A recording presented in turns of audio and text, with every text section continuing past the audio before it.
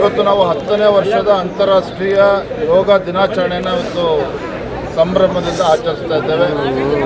ಕೇವಲ ಭಾರತದಲ್ಲಷ್ಟೇ ಅಲ್ಲ, ಜಗತ್ತಿನ ಅನೇಕ ರಾಷ್ಟ್ರಗಳಲ್ಲಿ ಈ ಒಂದು ಯೋಗ ದಿನವನ್ನು ಆಚರಣೆ ಮಾಡ್ತಾ ಇದ್ದಾರೆ.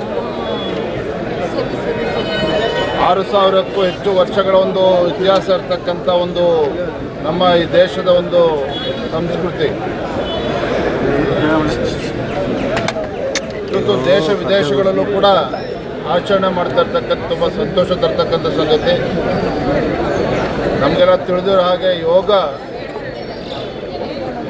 ದೈಹಿಕದ ಜೊತೆಗೆ ಒಂದು ಮಾನಸಿಕ ಒಂದು ಸ್ಥಿರತೆಯನ್ನು ಕೂಡ ತಂದು ಕೊಡ್ತಕ್ಕಂಥದ್ದು, ಮಾನಸಿಕ ಒಂದು ಸಮತೋಲನವನ್ನು ಕೂಡ ಕೊಡ್ತಕ್ಕಂಥದ್ದು. ಹಾಗಾಗಿ ಒಂದು ಯೋಗ ಕೇವಲ ಒಂದು ದಿನಕ್ಕೆ ಸೀಮಿತ ಆಗದೇನೆ ದಿನನಿತ್ಯ ನಮ್ಮ ಜೀವನದಲ್ಲಿ ರೂಢಿಸ್ಕೊಂಡಿದ್ದೆ ಆದರೆ ನಮ್ಮ ಜೀವನವೂ ಕೂಡ ಸುಖಮಯವಾಗಿರ್ತದೆ, ಆರೋಗ್ಯಪೂರ್ಣವಾಗಿರ್ತದೆ ಅನ್ನೋ ಒಂದು ಅಭಿಲಾಷೆಯಿಂದ ಇವತ್ತು ನರೇಂದ್ರ ಮೋದಿಜಿಯವರು ಅವರೂ ಸಹ ಶ್ರೀನಗರದಲ್ಲಿ ಇವತ್ತು ಯೋಗ ದಿನಾಚರಣೆಯಲ್ಲಿ ಪಾಲ್ಗೊಂಡಿದ್ದಾರೆ. ಹಾಗಾಗಿ ಶುಭ ದಿನದಂದು ಈ ನಾಡಿನ ಸಮಗ್ರ ಜನತೆಗೆ ಮತ್ತು ದೇಶದ ಜನತೆಗೂ ಕೂಡ ಅಂತಾರಾಷ್ಟ್ರೀಯ ಯೋಗ ದಿನಾಚರಣೆ ಶುಭಾಶಯಗಳನ್ನು ಕೋರ್ತಾ ಇದ್ದೇನೆ. ನಮ್ಮ ದಿನನಿತ್ಯ ಜೀವನದಲ್ಲೂ ಕೂಡ ರೂಢಿಸ್ಕೊಳ್ಳೋ ಮುಖೇನ ನಮ್ಮೆಲ್ಲರ ಜೀವನ ಸುಖಕರವಾಗಿರಲಿ ಅಂತೇಳಿ ಶುಭವನ್ನು ಹಾರೈಸ್ತೇನೆ. ಹೇಳೋರಿ DK ಅವರು ಬಹಳ ಪ್ರತಿಷ್ಠೆ ತೆಗೆದುಕೊಂಡಿದ್ದಾರೆ, ಅವರೇ ಅಭ್ಯರ್ಥಿ ಆಗ್ತಾರೆ. ಹೌದು, ನಿಮ್ಮ ಮೈತ್ರಿ ಪಕ್ಷಗಳಿಂದ ಅಭ್ಯರ್ಥಿ BJP ಆಫೀಸು. ಓಕೆ, ಆಯಿತು.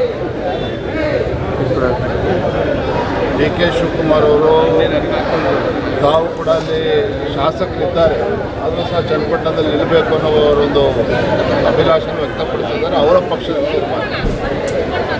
ಆದರೆ ಜನರ ಮನದಾಳದಲ್ಲಿ ಏನಿದೆ ಅಂತಕ್ಕಂಥದ್ದು ಇನ್ನೂ ಕೂಡ ನಿಗೂಢವಾಗಿದೆ.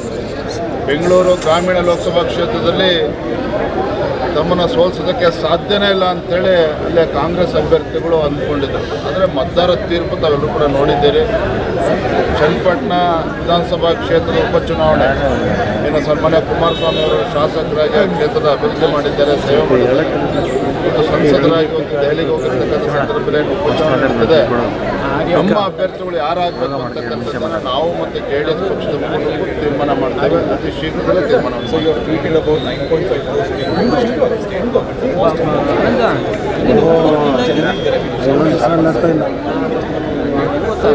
surprising and shocking also, because when Chief Minister is surrounded by so many senior bureaucrats, senior IAS officers, what made Chief Minister to choose export from foreign countries is really surprising. But let me tell you one thing, last 1 year the state government headed by Chief Minister Siddaramaiah ji has failed on all fronts. Today farmers are suffering, common man are suffering. See, these unscientific policies of the state government is affecting every person in the state of Karnataka. And more importantly, Chief Minister, who is experienced, who has presented his 14 budgets, is struggling to take the state forward. We have not seen a single development in last 1 year in his tenure. No investments are coming into Karnataka. So end of the day, Karnataka is suffering under his leadership. So probably you might have felt you take consultancy from overseas.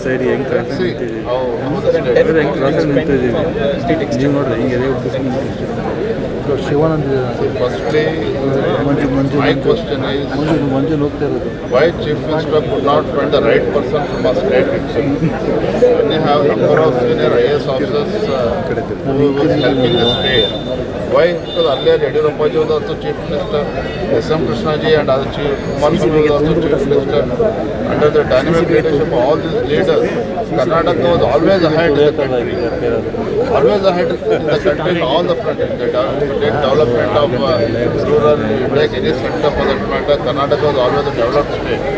But because of the misgovernance, I don't think any exports from the overseas is going to help Chief Minister Siddaramaiah. First, Honorable Chief Minister should make his intent clear.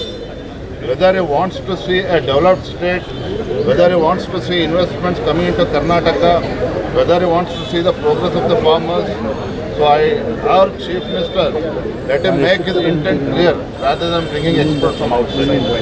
Sir Bommai ಅವರು ಈ ವರ್ಷ ಚುನಾವಣೆ ಬರೋ ಸಂಭವ ಇದೆ ಅಂತ ರಕ್ಷಣೆ ಕಾಣಿಸ್ತಾ ಇದೆ. ಈ ವರ್ಷ ಚುನಾವಣೆ ಬರುತ್ತೆ ಅನ್ನೋ ಸರ್ ಅಭಿಪ್ರಾಯ ನಾಳೆ ದಿನ ಬೆಂಗಳೂರಿನ ಅರಮನೆ ಮೈದಾನ ಪ್ಯಾಲೇಸ್ ಗ್ರೌಂಡ್ ಗಾಯತ್ರಿ ಗ್ರ್ಯಾಂಡ್ನಲ್ಲಿ ಬೆಳಗ್ಗೆ 11 ಗಂಟೆಗೆ ನಮ್ಮ ರಾಜ್ಯದಿಂದ ಆಯ್ಕೆ ಆಗಿರ್ತಕ್ಕಂಥ ವಿಜಯಶಾಲಿಗಳಾಗಿರ್ತಕ್ಕಂಥ BJP ಮತ್ತು JDS ಸಂಸದರು 19 ಜನ ಸಂಸದರು ಅವರಿಗೆ ಸನ್ಮಾನವನ್ನು ನಾಳೆ ದಿನ ಆಯೋಜನೆ ಮಾಡಿದ್ದೇವೆ ಬೆಳಗ್ಗೆ 11 ಗಂಟೆಗೆ.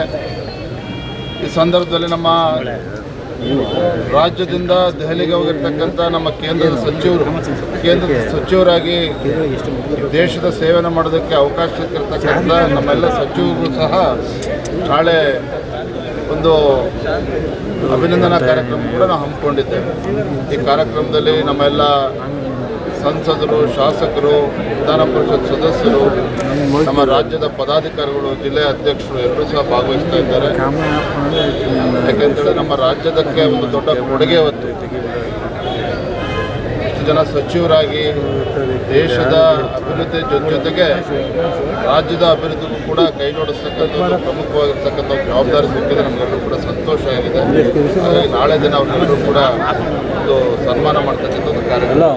ಉಪಚುನಾವಣೆ